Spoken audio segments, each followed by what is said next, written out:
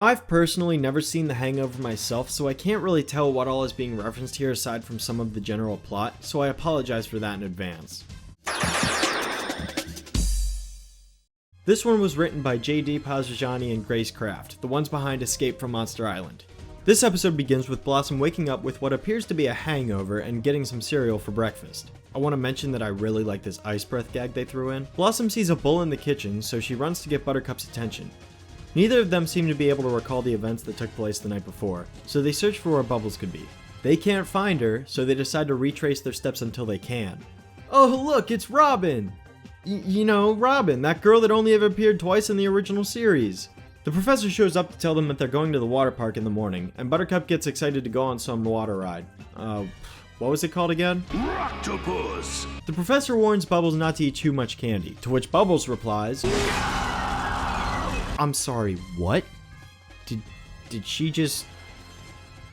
What? This isn't the Bubbles we know! The Bubbles you know is gone! They proceed to bring out tons of candy until Robin interrupts them with her raisins. Okay, whatever, no big deal, at least we get to hear her cute little voice again. Raisins? They're nature's candy. You're dead to me.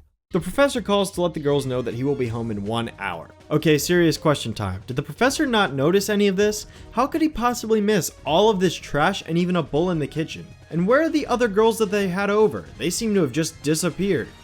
Mojo Jojo makes his first appearance when the girls find him in their closet. We proceed to see a Mojo flashback. where Mojo plans to destroy the Powerpuff Girls using a pizza delivery disguise, but the driver leaves before he can finish his monologue. Someone arrest this man for reckless driving. This isn't Saints Row. When he walks up to the door, the girls immediately grab him and bring him inside. Mojo doesn't remember where Bubbles is, but he does remember a monster and a bridge. This allows Blossom to recall what had happened last night, and Buttercup locks Mojo in the closet before they set out. When they arrive, they see a monster that clearly had the crap kicked out of him and tells us that he was just working on a bridge when the girls attacked him for no reason. Here's another instance of something interesting happening, but the producer's not showing us because action is boring. Oh, and now some orphans can't go to Puppy Island. The monster points them in the direction of a bullfight that took place last night. Here's where even more problems with this episode come in. Bullfighting controversy aside, there's this improper use of Spanish.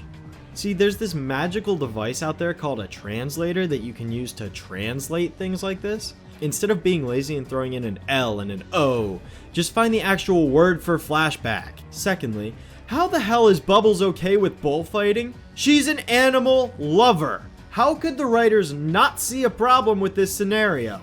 Buttercup defeats the bull and the flashback ends. The Matador misses El Toro, but Blossom informs him that the bull is just in their kitchen. The Matador then cancels all the shows for the day, and the orphans are once again disappointed. You know, he really didn't have to do that. Blossom and Buttercup could just fly home, grab the bull, and bring it back. Never mind, I'll shut up. The Matador tells them something about an arcade, so the girls head there next. They immediately look in the ball pit, but it turns out to be empty. The manager there tells them that the balls were melted down and turned into novelty hats. Blossom and Buttercup assume the worst and head home.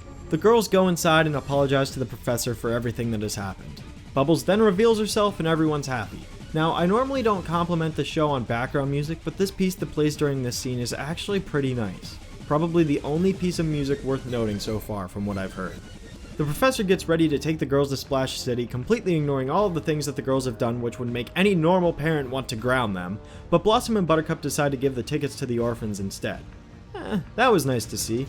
So as a whole, this episode is pretty lacking. There's not much humor and very little is explained to the audience because the writers are trying to cram a 2-hour movie into 11 minutes. There isn't much time for events to develop, which leaves the viewer feeling empty once all is said and done. This one's probably not going to appeal to anyone who hasn't seen The Hangover because of a chunk of the references won't be understood. I'd honestly recommend skipping this one entirely unless you've seen the film.